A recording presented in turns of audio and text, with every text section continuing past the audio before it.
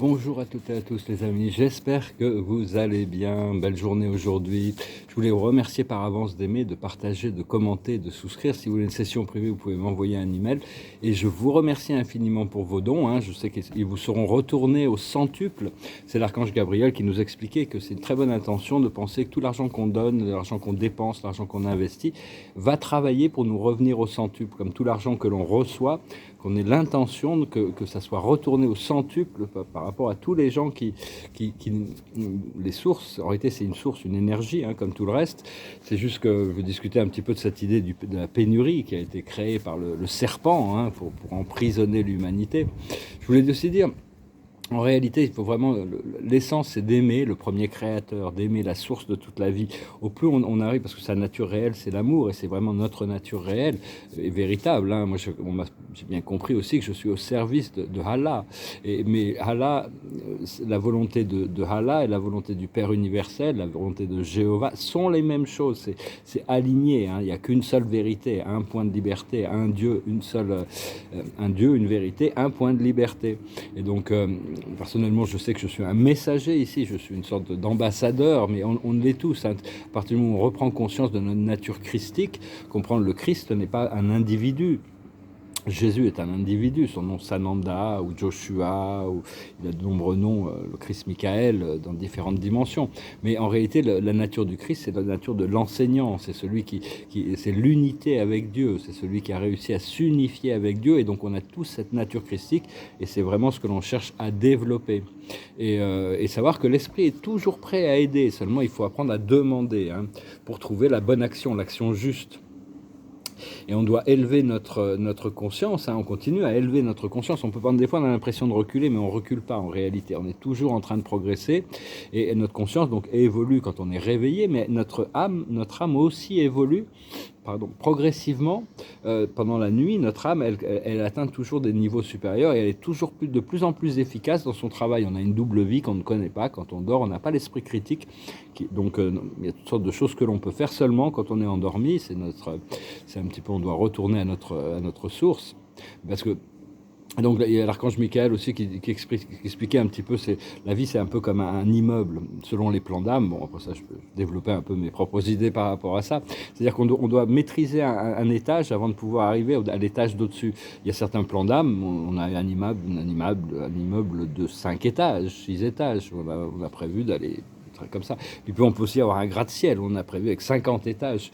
Mais bon, si les gens qui sont au rez-de-chaussée, au plus on s'élève, au plus c'est beau, au plus c'est calme, au plus la vue est grandiose. Donc on s'élève progressivement. Mais bon, tous ceux qui dérapent un peu trop, ils se retrouvent, il y en a aussi qui vivent dans les sous-sols, faut comprendre. Mais enfin, on doit obtenir la permission de pouvoir s'élever, monter, des fois passer l'escalier. Mais enfin, des fois, on peut aussi prendre l'ascenseur, aller voir ce qui se passe tout en haut, pour avoir un avant-goût, un aperçu. Et on ramène un peu de cette énergie. On ne peut pas y rester parce qu'on doit vraiment pouvoir traverser toutes les étapes avant de pouvoir s'y établir dans un étage de manière confortable. Et donc, ça dépend vraiment de nos plans d'âme. C'est important de pardonner et de demander le pardon. C'est de continuer de ne pas se laisser manipulés par les jeux et les pièges de la matrice qui vont continuer encore pour un moment. Il y en a beaucoup qui vont continuer à croire qu'on est complètement fou. Il y a beaucoup d'athées qui pensent qui ont une petite vie tranquille, matérialiste, et qui pensent que tous les gens qui ont cette foi en Dieu sont des fous. Mais bon, on préfère faire partie de ce groupe qui sont des fous. On fait partie de l'armée du ciel. De toute manière, on est un instrument. On continue à être complémentaire. J'ai un chat qui passe par là, une petite chatte. Et donc oui, on est vraiment au service du Créateur. On fait partie de le plus haut bien de tous. Tous ceux qui travaillent pour le plus haut bien de tous, toutes les armées du ciel travaillent pour le plus haut bien de tous, qui est la voie divine, la voie du Créateur, la volonté de Dieu. Et il y a énormément de trésors qui vont se révéler, qui vont se découvrir, même dans le monde physique. Il y a toutes sortes de trésors cachés un peu partout sur la Terre, qui viennent d'anciennes civilisations. Il y en a une, par exemple, il y a beaucoup de convoitises actuellement, c'est sur le continent de l'Antarctique, qui était une très vieille civilisation ancienne. Et tout ça, c'est des choses qui vont se révéler progressivement. Il y avait un livre de science-fiction qui était assez intéressant, qui parlait justement d'une civilisation cachée en Antarctique. Ça s'appelle La Nuit des Temps de René Barjavel. C'est une très belle histoire d'amour, très, très, très puissante. Enfin bon, voilà, je recommande ce livre. Mais enfin, ça devrait nous apporter du réconfort de savoir que nous ne sommes pas seuls et que nous sommes assistés par des intelligences bienveillantes comme les anges, les archanges, les galactiques et le monde spirituel, hein, qu'on est tous au service de la planète et de la source. Tout le monde est au service de la source pour assister la planète dans son évolution. Et pour ça, on doit le faire d'une manière qui est absolument unique à nous-mêmes. Se rappeler l'adage de Jésus qui nous rappelait: je suis la voie, je suis la vérité et je suis la lumière. En réalité, on est tous la vérité, la voie et la lumière. On doit vraiment s'aligner. On est tous des Christos et des Sophia, hein, la sagesse et la volonté divine combinée. En réalité, c'est apprendre à aimer, hein, c'est ça à la fin, quoi. Et donc, aimer lucidement, disons. Mais enfin, il y a encore du temps avant que toutes les illusions soient complètement dissoutes sur cette planète, dans la conscience du collectif humain. Hein. Faut être patient, parce qu'on cherche à tirer quand même un peu notre épingle du jeu, vivre notre vérité, être la lumière, notre lumière, et toujours chercher une ligne temporelle qui est optimale, c'est-à-dire d'arriver jusqu'au moment où on a traversé les illusions de la 3e et de la 4e dimension, où on se prépare à rentrer dans une ligne optimale, où on est dans le contentement du moment présent, où tout est comblé, on est comblé par la vie, et on n'a plus besoin de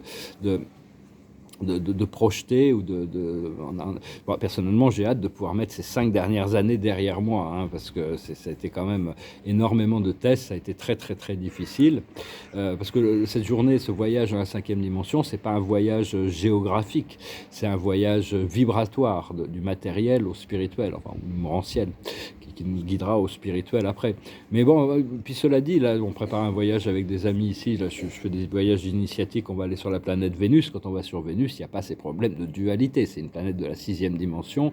Il y a 20 milliards d'âmes qui vivent à l'intérieur de la planète. On est toujours très bien reçus. Je vous conseille de demander d'être guidé, d'être emmené, de visiter cette planète de Vénus et de suivre les instructions des guides que vous rencontrez là-bas. Et comprendre que le serpent biblique, c'est lui qui a créé toutes ces croyances que la vérité c'est le mensonge, que la mensonge c'est la vérité. Et parce que la vérité, elle va nous libérer, mais avant elle va nous faire souffrir, parce que elle a besoin d'éliminer toutes les illusions. Et donc, c'est vraiment une bataille entre l'esprit mental et entre le cerveau gauche et le cerveau droit. Une fois qu'il y a vraiment cette harmonisation, il y a le 3e cerveau, le mini-cerveau, le cérébellum qui s'active. Et là, on rentre dans cette 5e dimension. C'est un peu un équilibre entre l'ego et l'âme. À un moment donné, l'ego accepte d'être soumis à l'âme.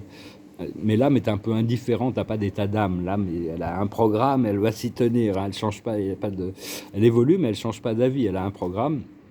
Comprendre que tout le manque et la pénurie et les famines et tout ça, c'est juste ça. Tout ça, ça a été créé par le serpent biblique. Hein. En réalité, il y a assez de ressources pour tout le monde. C'est juste une question de retrouver l'équilibre.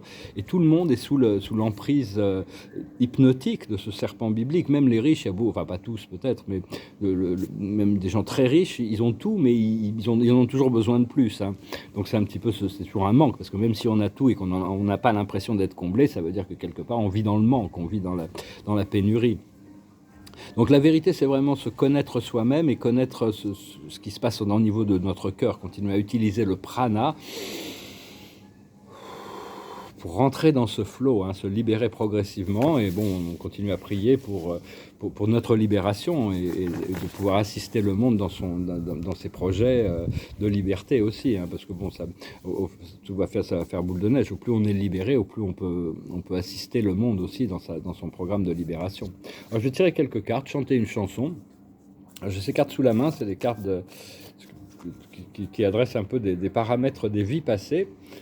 L'observateur, c'est les transportations. Le corps, c'est un véhicule. Hein. Il faut voir que une fois que notre conscience diamant et la conscience, c'est un peu comme un diamant. Notre principe conscient d'harmonie, une fois qu'il est taillé, il est facetté, il brille, à ce moment-là, on rentre de notre corps comme un écrin pour transporter cette divinité qu'on a à l'intérieur de nous.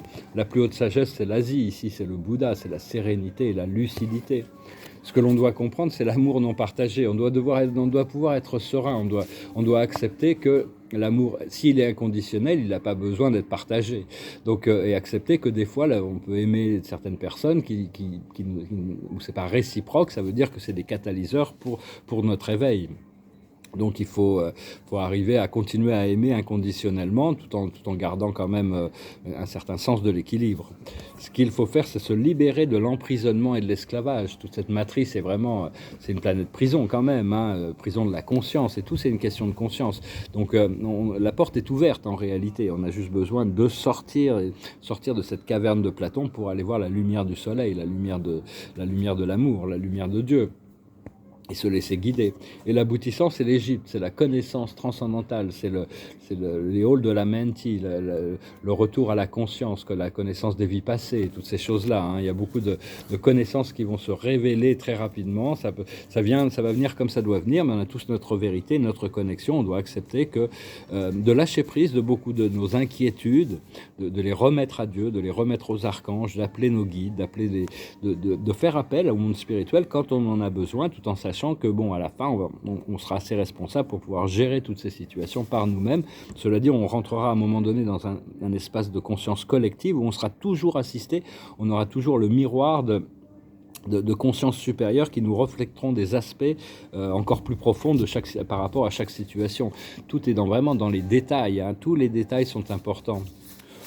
J'espère que ce message aura été intéressant pour vous. Je vais finir avec cette chanson. Je vais bientôt pouvoir rechanter Les feuilles mortes se ramassent à l'appel, là, parce que les feuilles commencent à tomber. Là, je chantais une chanson de Bob Dylan, qui est assez légère. Ça s'appelle The Man in Me. It goes like this. La la la la la la la la. La la la la la la la la la la la la la la la. The man in me will do nearly any task, and as for compensation, désolé, Lord, he would ask. Take a woman like you to get through to the man in me. La la la la la la la la.